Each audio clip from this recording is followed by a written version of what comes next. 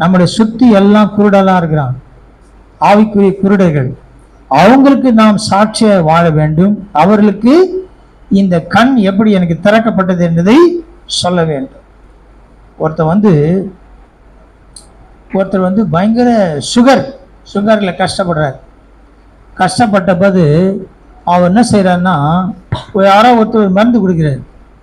இப்போ சுகர்னா எல்லாருக்கும் தெரியும், ஏன்னா எல்லாருக்கும் ஃபேமஸாக இருக்குது. அதை வந்து சாப்பிட்ட உடனே ஒரு வாரத்தில் சரியாயிடுச்சு அவருக்கு. அப்போ என்ன செய்வார்? அவரு என்ன செய்வார்? பார்க்கறவங்களாம் சொல்லுவார், என்ன உங்களுக்கு இப்படி இருக்கு, இழைச்சி போய்க்கிறீங்களே, சுகரு. உடனே இந்த மருந்து சொல்லுவார், இந்த இடத்துல நான் போனேன், ஒரே வாரத்தில் சரியாயிடுச்சு, இப்போ நல்லா இருக்கிறேன். நான் போகிற இடத்துலாம் சொல்லுவேன், நல்லா இருக்கிறேன். யாரெல்லாம் சுகர் பேஷண்ட் பார்க்குறாரோ அவரால் சொல்லாமே இருக்க முடியும். நினைக்கிறீங்களா? முடியாது. எப்படின்னா சொல்லணும்.